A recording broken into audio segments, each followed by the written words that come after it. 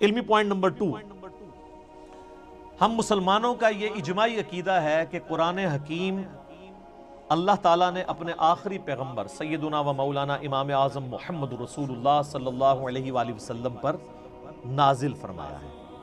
یعنی یہ قرآن حکیم سلیبس کی فارم میں نبی علیہ السلام کے ہینڈ اوور نہیں کیا گیا، بلکہ آپ پر یہ نازل ہوا ہے، آپ کے سینہ مبارک کے اوپر، اور اس قرآن کی اتھینٹسٹی آپ صلی اللہ علیہ وآلہ وسلم کی مبارک زبان ہے، اسی لیے آپ کے کریکٹر کو منوایا گیا ہے۔ سورہ یونس کے سٹارٹ میں بھی آیت نمبر 15 16 میں آتا ہے نا کہ اے نبی علیہ السلام ان سے فرماؤ میں اتنا عرصہ تم میں رہا ہوں، کیا تم نے اس سے پہلے کوئی ایسی بات مجھ سے سنی ہے؟ یعنی میں صادق اور امین ہوں، میں نے کبھی دعوی نبوت نہیں کیا اس سے پہلے، نہ کوئی یعنی میری کوئی ایسی خواہش تم نے کبھی آبزرو کی ہو، تو اچانک یعنی چند دنوں کے بعد میں یہ کلیم کر رہا ہوں کہ یہ اللہ کی طرف سے مجھ پر کتاب نازل ہوئی ہے، تو یہ اس بات کا ثبوت ہے میری پریویس زندگی۔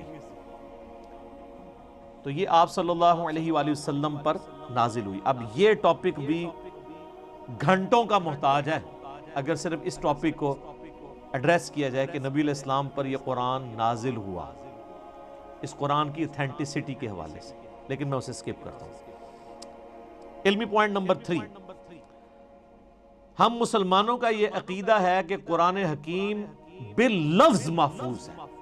یہ کتاب بالمفہوم نہیں ہے کہ نبی علیہ السلام نے پڑھ کے سنائی تو صحابہ نے جو سمجھا اس کو سلیس عربی کے اندر اپنے یعنی ذہن کے مطابق لکھ دیا، نہیں، ایک ایک لفظ من و عن ویسا ہی ہے جیسا کہ اللہ تعالیٰ نے نازل فرمایا، کوئی انٹرپریٹیشن نہیں ہے اس کی، بالمفہوم نہیں ہے، باللفظ ہے۔ اور یہ عقیدہ صرف قرآن کے بارے میں، یہ بعض لوگ کہتے ہیں نہیں ہم حدیث کو بھی قرآن کا درجہ دیتے ہیں، حدیث کے بارے میں اجماعی عقیدہ ہے کہ حدیث بالمفہوم ہے، چند باتیں باللفظ بھی ہیں، جیسے ہم نماز کے اندر جو کچھ پڑھتے ہیں وہ بخاری مسلم میں نبی علیہ السلام کی احادیث ملتی ہیں، آپ نے ان کو تعلیم فرمایا، لیکن اوورآل آپ علیہ السلام کے حوالے سے جو چیزیں بیان کی جاتی ہیں بالمفہوم ہے۔ اور یہی وجہ ہے کہ آپ احادیث کی کتابیں کھولیں گے نا تو کئی احادیث کے اینڈ پہ وہ راوی کہتا ہے او کما قال علیہ السلام، یا جیسا پھر رسول اللہ نے فرمایا تھا، یعنی مجھے یہ بات پتہ چلی، مجھے یوں سمجھ آئی، یا جیسے پھر آپ نے فرمایا تھا، مفہوم یہی تھا۔ اور آپ بخاری مسلم اٹھا کے دیکھیں، آپ کو درجنوں احادیث ملیں گی کہ ایک ہی مجلس میں آپ صلی اللہ علیہ وآلہ وسلم نے کوئی بات ارشاد فرمائی ہے، کئی صحابہ نے اس بات کو رپورٹ کیا ہے، سب کے الفاظ میں تھوڑا بہت فرق ہے، اوورال مفہوم ٹھیک ہے، لیکن کسی سے کچھ سکپ ہو گیا، کسی سے کچھ۔ مثلا اب یہاں پہ تقریباً آلموسٹ 100 کے قریب لوگ بیٹھے ہوئے ہیں، میں یہاں پہ 55 منٹ کے اندر کتنی باتیں کروں گا؟ اب باہر نکل کے ان میں سے کتنے پرسنٹ لوگ ہیں جو من و عن میری ایک ایک بات کو پروڈیوس کر سکتے ہیں؟ باہر جا کے نہیں کر سکتے، کچھ کو کچھ حصہ یاد ہوگا، کچھ کو کچھ، اس طریقے سے اوورال سب کو جمع کریں گے تو آلموسٹ آپ کامیاب ہو جائیں گے اس پوری مجلس کو۔ یہ ویڈیو ریکارڈ تو اس زمانے میں نہیں تھا، اس لیے تو ویڈیوز بنائی جاتی ہیں تاکہ کوئی چیز سکپ نہ ہو۔ تو اس وقت تو لوگ کرائمنگ کے اوپر اعتبار کرتے تھے، نبی علیہ السلام سے سنتے تھے، یاد کرتے تھے، پریکٹس کرتے تھے، آگے باتیں پہنچاتے تھے۔ اور اس کا آپ کو بہترین نمونہ صحیح مسلم میں ملے گا۔ بخاری میں آپ کو ان چیزوں کا آئیڈیا نہیں ہوتا کیونکہ بخاری میں احادیث سکیٹرڈ فارم میں ہے۔ مسلم شریف میں ایک مجلس کی نبی علیہ السلام کی ایک وقت کی احادیث کے جتنے طرق آئے ہیں نا مختلف چینز سے، وہ آپ کو ایک جگہ ملیں گے۔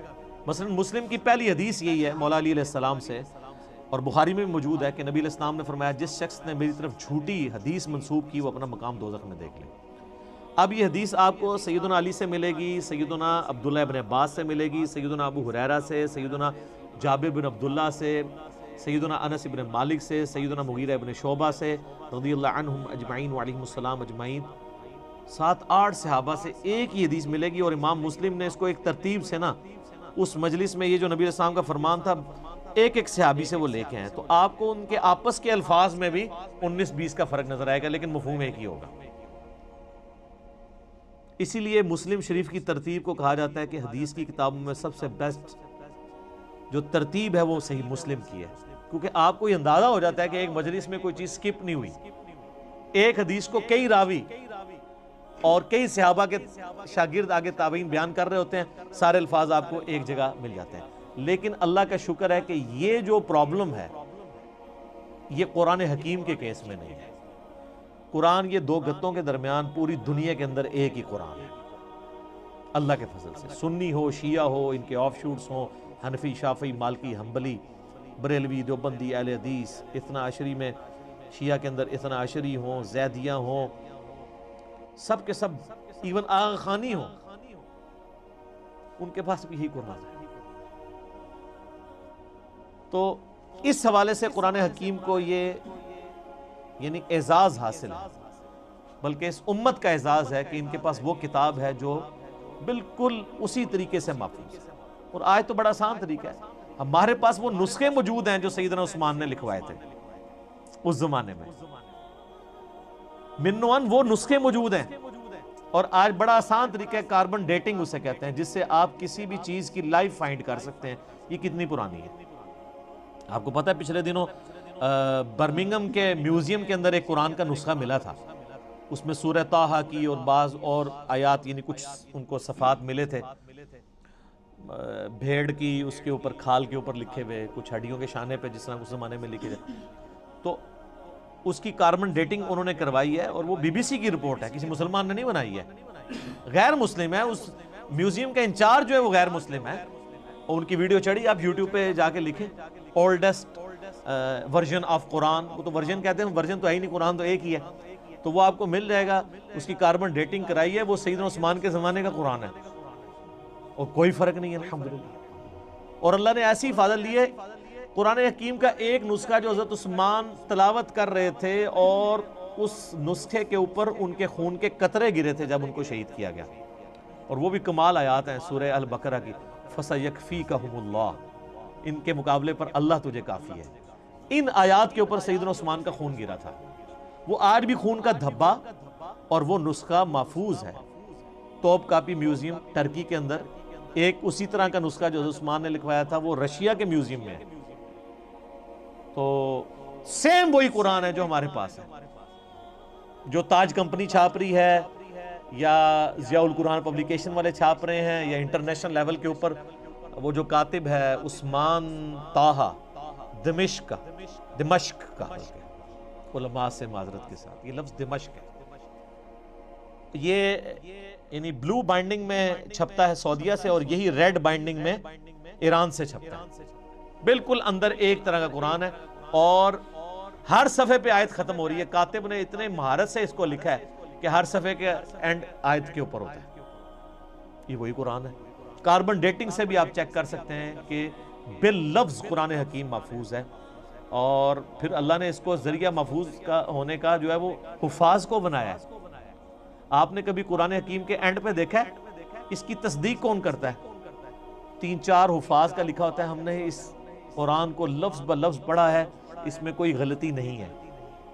تو حافظ کہاں سے پڑھ رہے ہوتے ہیں؟ اپنی یادداشت سے. قرآن اللہ تعالیٰ نے عملی تواتر سے حفاظ کے ذریعے محفوظ کیا ہے. اس وقت دنیا میں لاکھوں میں نہیں ملینز میں لوگ موجود ہیں جن کو یہ کتاب ازبر ہے. کتنا بڑا معجزہ ہے. آپ انڈونیشیا کا مسلمان اٹھائیں، افریقہ کا مسلمان اٹھائیں، رشیا کا مسلمان اٹھائیں، سب کانٹیننٹ کا مسلمان اٹھائیں، کہیں سے شروع کریں، آدھی آیت پڑھیں، اس سے اگلی وہ دوسرا پڑھے گا، ہو ہی نہیں سکتا کوئی اختلاف آج. اور اتنا یہ محکم سسٹم ہے کہ غلطی کر ہی نہیں سکتا. امام کعبہ بھی اگر اپنی تلاوت میں بھولتا ہے نا تو پیچھے سینکڑوں لوگ لقمہ دے دیتے ہیں. اور سر یہ بھی دیکھیں قرآن کا، اس وقت کسی کا احترام نہیں ہوتا کہ آگے کون کھڑا ہوا ہے. قرآن میں اگر کوئی ذرا سی بھی ڈنڈی بات نماز کے اندر لقمہ مل جاتا ہے. یہ قرآن کتنی بڑی حفاظت ہے. تو صرف یہ لکھے ہوئے کے اوپر اعتماد نہیں ہے، لکھنا تو ظاہر امپورٹنٹ ہے کیونکہ الذی علم بالقلم، اللہ نے قلم کے ذریعے قرآن سکھایا ہے، علم سکھایا ہے، اور وہ قرآن بھی نبی الاسلام نے اس طریقے سے ٹرانسلیٹ. لیکن یہ زبانی بھی مسلمانوں نے اسے یاد کیا ہے، اور ریٹن فارم میں یہ نسخے موجود ہیں. جب کبھی بھی کوئی ایشو آتا ہے، اب تو خیر آتا ہی نہیں ہے، اتنے اسٹیبلش ہو چکے ہیں، اب تو سافٹ ویئرز بن چکے ہیں، پی ڈی ایفs موجود ہیں. اب تو کوئی کبھی آپ نے دنیا میں سنا ہے کوئی ایشو آیا کہ اس لفظ تھلے زہر ہے یا زبر ہے؟ کبھی سر یہ کئی کافر جو مسلمان ہوئے ہیں نا، ان کے لیے سب سے بڑی اٹریکشن یہ ہے کہ قرآن کا ورژن ہی کوئی نہیں، ایک ہی قرآن ہے. یہ جو امریکن تھے وہ پروٹیسٹنٹ کرسچن یوسف ایسٹس 80s میں مسلمان ہوئے ہیں. آپ ذرا ان کی وہ ویڈیو دیکھیں جس میں انہوں نے بتایا ہے کہ میں مسلمان کیسے ہوا. اس میں انہوں نے بتایا کہ جب مجھے پہلی دفعہ پتہ چلا کہ قرآن کا ورژن ہی کوئی نہیں ہے، کیونکہ ان کی تو سب سے بڑی مصیبت ہی ہے کہ بائبل کے کتنے ورژن ہیں، تو قرآن ایک ہی ہے پوری دنیا کے اندر. اس نے کہا میں کیسے مان لوں کہ یار اتنی پرانی کتاب ہے، پرنٹنگ میں کئی بار کوئی لفظ ٹوٹ جاتے ہیں، لیکن ان کو پتہ نہیں کہ پرنٹنگ نے نہیں اسے محفوظ کیا، مسلمانوں کے سینے نے محفوظ کیا، سینوں نے. اور نبی علیہ السلام کی حدیث ہے المستدرک للحاکم میں صحیح سند کے ساتھ انٹرنیشنل نمبر کے مطابق 399 کہ اللہ تعالیٰ میری امت کو کبھی گمراہی پہ جمع نہیں ہونے دے گا، جماعت پہ اللہ کا ہاتھ ہے، قیامت تک اجماع امت اللہ کی حفاظت میں. اور قرآن حکیم کی حفاظت اللہ تعالیٰ نے امت کے اجماع کے ذریعے کروائی ہے. یہ قرآن ہمارے سامنے تو نہیں نازل ہوا، امت کے اجماع نے اسے ٹرانسفر کیا. یعنی امت میں کوئی دوسری رائے نہیں ہے. ایک تو وہ رائے نا جو مناظروں میں ہوتی ہے کہ جی وہ آپ کی کتابوں میں یہ لکھا ہوا ہے تو وہ کہتے ہیں آپ کی کتابوں میں یہ لکھا ہوا ہے. وہ ساری فضول باتیں ہیں. نہ سنی ان روایتوں کو آن کرتے ہیں، نہ شیعہ ان روایتوں کو آن کرتے ہیں. قرآن حکیم محتاج نہیں ان روایتوں کا. جو عملی تواتر سے چیز نقل ہوئی ہے، دنیا میں 1000 مسلمان بھی کھڑے ہو کے کہیں یہ آیت ایسی نہیں ایسے ہے، آج تک تو کوئی نہیں کھڑا ہوا، نہ ہوگا اللہ کے فضل سے. وہ کہہ رہے ہیں جی پچھلے دنوں جی وہ اسرائیل والوں نے جی ایک صورت بنا کے پوری چڑھا، اور سارے اسرائیل والے پورا قرآن بنا کے اور چڑھا دیں. آپ کو یقین نہیں کہ اس کی حفاظت کا ذمہ کس نے لیا ہوا ہے؟ اللہ نے. صحابہ کرام کو تو شاید یہ آیت نہ سمجھ آئی ہو اس وقت، ایمان بالغیب ہی ہو، انا نحن نزلنا الذکر وانا لہ لحافظون، سورۃ الحجر آیت نمبر 9. بے شک اس القرآن کو، الذکر کو، اللہ کی یاد دلانے والی کتاب کو ہم نے نازل کیا، ہم اس کی حفاظت کرنے والے. ان کے لیے تو یہ تھیوری تھی نا، لیکن ہمارے لیے تو پریکٹیکل ہے. ہم تو 1500 سال تاریخ میں دیکھ سکتے ہیں کہ کوئی ٹیمپر نہیں ہوا. کتنا برے وقت مسلمانوں پہ آئے ہیں. ایک وہ وقت بھی آیا کہ ہلاکو خان نے بغداد کی ساری لائبریریز جو ہیں وہ دریائے دجلہ میں بہا دی تھی، تو قرآن کو تو کوئی فرق نہیں پڑا. اور وہ جو برمنگم کا نسخہ ہے نا ان کے پاس جو نکلا ہے، وہ انگریزوں کے دور حکومت میں ان کے پاس وہ نسخہ ہاتھ لگا تھا، پھر وہ انہوں نے انگلینڈ میوزیم میں شفٹ کر دیا تھا. کیونکہ انگریزوں کی حکومت پھر سلطنت عثمانیہ ٹوٹنے کے بعد عراق کے اوپر بھی رہی ہے. اس دوران انہوں نے پرانی کسی لائبریری سے اسے شفٹ کیا تھا، جو ہلاکو خان کی تباہی کی وجہ سے بچ گئے ہوئے تھے نسخے. تو قرآن حکیم کو اللہ تعالیٰ نے اس طریقے سے محفوظ کیا. اچھا یہ جب میں نے پوائنٹ لکھے تھے نا، میں نے کہا تھا میں ایک منٹ میں ایک پوائنٹ بیان کروں گا تو 40 منٹ میں ختم ہو جائے گا. لیکن یہ تو ان لوگوں کا ختم ہوتا ہے جنہوں نے خبریں پڑھنی ہوتی ہیں، جنہوں نے درد دل سامنے رکھنا ہوتا ہے، جنہوں نے ایک کمپریہنسو نالج گین کیا ہوتا ہے، جن کو پتہ ہے کہ اس وقت دنیا کیا سوچتی ہے اسلام کے بارے میں. ان کے لیے تو پھر یہ ایک پوائنٹ کو ڈسکس کرنا ہے 1 منٹ کے اندر ناممکن ہو جاتا ہے.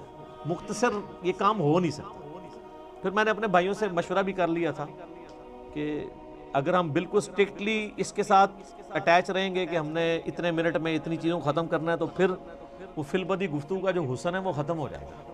پھر کئی پوائنٹس رہ جائیں گے جو ضروری ہوں گے، جو ایک مسلمان کو پتہ ہونے چاہیے.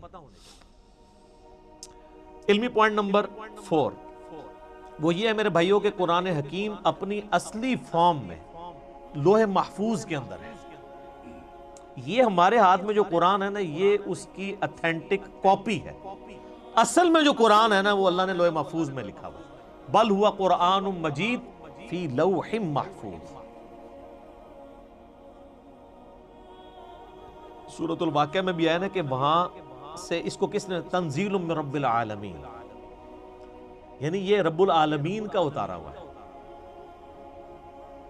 لا یمسہ الا المطہرون، یعنی جو قرآن حکیم ہے نا اس کو وہاں پر پاکیزہ فرشتے ہی چھوتے، کوئی وہاں پہ پہنچ نہیں سکتا. اللہ نے اسے اتارا ہے. یہ جنات کے اثر سے نہیں ہے، شیاطین کے اثر سے نہیں ہے. کیونکہ کافروں کا اعتراض تھا نا کہ جی نبی الاسلام، اور بعض میں مخلص بھی تھے کہ یار اچانک زندگی کے 40ویں سال میں آپ غار میں جا کے غار حرا میں بیٹھے ہیں، ہو سکتا ہے کسی آسیب کا سایہ ہو گیا ہو تو اس کی وجہ سے آپ یہ کلام کر رہے ہیں. تو وہ تو پھر آپ کو پتہ ہے آسیب کے سائے والوں کی حالت یہ تو نہیں ہوتی، ان کی تو حالت ہی کچھ اور ہوتی ہے. وہ صحیح مسلم میں بڑی مشہور حدیث ہے نا، ایک بندہ ہے جو جھاڑ پھونک کیا کرتا تھا آسیب کے سائے کے لیے، جادو ٹونا کا علاج. اس کا نام تھا ضماد، عربی میں ضاد میم الف اور دال، اردو میں ضماد. کئی مسلمان رکھتے بھی ہیں نام وہ، لیکن وہ جن کے نام ضماد ہیں نا، ان کو پوچھے نا کہ نام آیا کہاں سے ہے، ان بیچاروں کو مسلم شریف کی حدیث نہیں پتا ہوگی کہ ضماد ہے کون تھا. وہ جھاڑ پھونک کیا کرتا تھا. مکے آیا تو اس نے سنا کہ یہاں پہ ایک شخص ہے کہ جو بڑا ایک ڈائنامک اس کی لائف تھی، یعنی وہ سب کی آنکھوں کا تارا تھا، ایک کامیاب تاجر بھی تھا، اور لوگ اس کے پاس امانتیں رکھواتے تھے، بڑا زبردست، یعنی وہ ایک سمجھ لیں کہ اس معاشرے کے ایلیٹ طبقہ تھا. تو اچانک اس کو کچھ ہو گیا اور لوگ پریشان ہیں. ظاہر ہے جس نے 40 سال تک کوئی بات ہی نہ کی ہو اس ٹاپک پہ، اور اب وہ کہے کہ میں اللہ کا پیغمبر ہوں، مجھ پہ یہ کلام نازل ہوا، تو لوگ تو پریشان ہو جائیں گے. تو اس نے کہا کہ میں جھاڑ پھونک جانتا ہوں، اگر تو مجھے اس کے پاس لے جاؤ تو مجھے امید ہے کہ میں اس کا علاج کروں. اس کو کیا پتا تھا کہ علاج اس کا نہیں، اس کا اپنا ہو جائے گا. تو لوگ اسے لے گئے نبی الاسلام کے پاس. تو آپ صلی اللہ علیہ وآلہ وسلم سے اس نے کہا کہ میں آپ کا علاج کر سکتا ہوں، آپ بتائیں کہ آپ کے ساتھ کیا ایشو ہے، تو اپنا مسئلہ بیان کریں. تو آپ صلی اللہ علیہ وآلہ وسلم نے نا کوئی بات نہیں کی، قرآن بھی نہیں پڑھا. آپ جو تقریر سے پہلے خطبہ دیتے تھے نا، آپ نے بس وہ پڑھا، ان الحمد للہ نحمده ونستعینه ونستغفره ونعوذ باللہ من شرور انفسنا ومن سیئات اعمالنا من يهده الله فلا مضل له ومن يضلل فلا هادي له واشهد ان لا اله الا الله وحده لا شريك له واشهد ان محمدا عبده ورسوله. اب یہ کاش آپ کو عربی آتی ہوتی تو آپ کو پتا ہوتا کہ آپ نے کیا پڑھا ہے صلی اللہ علیہ وآلہ وسلم. تو اس نے جب سنا تو وہ ہل گیا. اس نے کہا جی ایک بار ذرا پھر سنائیں. دوسری بار، تیسری بار. اس نے کہا جی میں گواہی دیتا ہوں کہ آپ اللہ کے پیغمبر ہیں، اپنا ہاتھ بڑھائیں اور مجھے مسلمان کریں. تو حالانکہ جو بندہ ایکسپرٹ تھا جادوگری کا، اس نے بھی کلام سن کے، قرآن نہیں صرف آپ علیہ السلام کا عام کلام سن کے، اس نے کہا نہیں، جنات جن لوگوں کے اوپر اثر ہوتا ہے ان کا اس طرح کا کریکٹر نہیں ہوتا، وہ اس طرح کی باتیں نہیں کرتے، ان کی باتیں تو آل فال ہوتی ہیں، اتنی پریسائز باتیں نہیں ہوتی ہیں. پھر نبی علیہ السلام کی مبارک ذات کا ایک روب بھی تھا. جو بندہ جادو کا ان ساری چیزوں کا ایکسپرٹ تھا، اس نے ڈکلیئر کر دیا کہ جادوگر نہیں ہے. اور جو جہلات ہے، جن کو جادو کا، آسیب کا الف بے بھی نہیں پتا تھا، وہ لوگ نبی الاسلام کو اس کے بعد بھی جادوگر کہتے رہے. نعوذ باللہ. ان کی قسمت میں ہدایت نہیں تھی نا. ہونا تو چاہیے تھا کہ جب ایکسپرٹ نے مان لیا کہ نہیں ہے، تو تم لوگوں کو تو پتہ ہی نہیں یہ فیلڈ ہے کہ نہیں، تم خواہ خواہ کہتے ہو. جیسے معذرت کے ساتھ آج کی دنیا میں آپ کو مثال دوں، میرے بارے میں علماء کہتے ہیں جاہل ہے، اس کو تو عربی بھی نہیں آتی، اس کو تو پڑھنا ہی کچھ نہیں آتا، وہ قرآن دیکھ کے بھی غلط پڑھتا ہے، وہ پڑھ ہی نہیں سکتا. ٹھیک ہے آپ کہتے رہے، تو جو سن رہے ہیں ان کو نہیں پتا کیا ہو رہا ہے. تو ہم ان باتوں کا بھی جواب نہیں دیتے. ہم کہتے ہیں ٹھیک ہے یار، آپ نے ہمیں جج کرنا ہے، ہماری ویڈیوز آپ کے سامنے ہیں، آپ ان کو دیکھیں اور جج کریں. آپ کو پتہ چل جائے گا سچائی کیا ہے، جھوٹ کیا ہے، غلط کیا ہے، آپ کو سب کچھ پتہ چل جائے گا.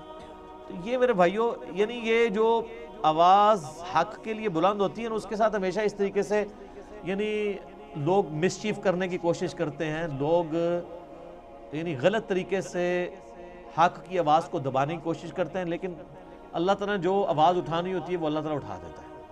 ٹھیک ہے. یعنی اب یہ بھی پوائنٹ ایک اتنا بڑا پوائنٹ ہے کہ یعنی اس کے اوپر ڈسکشن ہو سکتی ہے کہ قرآن حکیم اللہ تعالیٰ نے لوح محفوظ میں رکھا ہوا ہے اور اپنے اصلی حالت میں یہ ہمارے پاس یہ کاپی ہے. کتنی بڑی خوش نصیبی ہے کہ ہمارے پاس وہ کتاب ہے کہ جو اوریجنل کتاب لوح محفوظ میں ہے. سورہ زخرف کے سٹارٹ میں بھی آیا نا، اللہ تعالیٰ نے فرمایا کہ یہ کتاب جو ہے ام الکتاب، کتابوں کی ماں، اللہ کی ہارڈ ڈسک لوح محفوظ کے اندر ہمارے پاس ہے. اور یہ یاد رکھیے گا، یہ مصحف جس ترتیب میں ہمارے پاس موجود ہے نا، اسی ترتیب میں لوح محفوظ پہ لکھا ہوا ہے. اگرچہ اس کی ترتیب نزول یہ نہیں ہے. مصحف کی ترتیب آپ پتہ ہے، سورۃ العلق کی پہلی 5 آیات نازل ہوئی ہیں، وہ تو پارہ نمبر 30 میں ہے. سورہ بقرہ جو ہے وہ اس وقت نازل ہوئی ہے جب 2/3 قرآن نازل ہو چکا ہوا تھا. مکی قرآن وہ شروع میں ہے. لیکن اللہ کے پاس لوح محفوظ میں اسی ترتیب میں وہ اللہ تعالیٰ نے اس کتاب کو سرکمسٹانسز کے اوپر نازل کیا ہے، اور یہ اس قرآن کی سب سے بڑی خوبی ہے جو کسی اور الہامی کتاب میں نہیں ہے، کہ جو سرکمسٹانسز کے اوپر نازل ہوئی ہے، اور مسلسل 23 سال تک۔